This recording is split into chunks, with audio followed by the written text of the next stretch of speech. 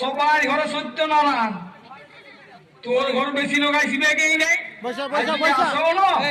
বলে দিলেই হবে, পুরাই গেছে কোথাও না কোথাও ভোগ খাইলে হয়েছে। দেখে ঠাকুর ভালো করে পূজা করবে। শুন, জিনিস দিয়ে ভক্তি হয় না, বুঝলি?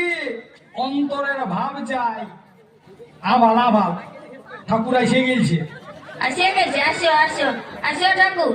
তোমার দাদা এলো নাই? না, দাদা অন্য দিকে পূজা করতে গেছে, আমি ওর রাজ্যে আছি, ভালো লাগছে নাই, তাও আসতে হইল। সে কি করবে, দাও আমাদেরকে উদ্ধার করে। হ্যাঁ হ্যাঁ, দাও দাও দাও, পূজার জিনিসগুলো বাইর করো, তাড়াতাড়ি শেষ করে দিই। হ্যাঁ হ্যাঁ, লাও লাও লাও লাও, হাই লাও হাই লাও।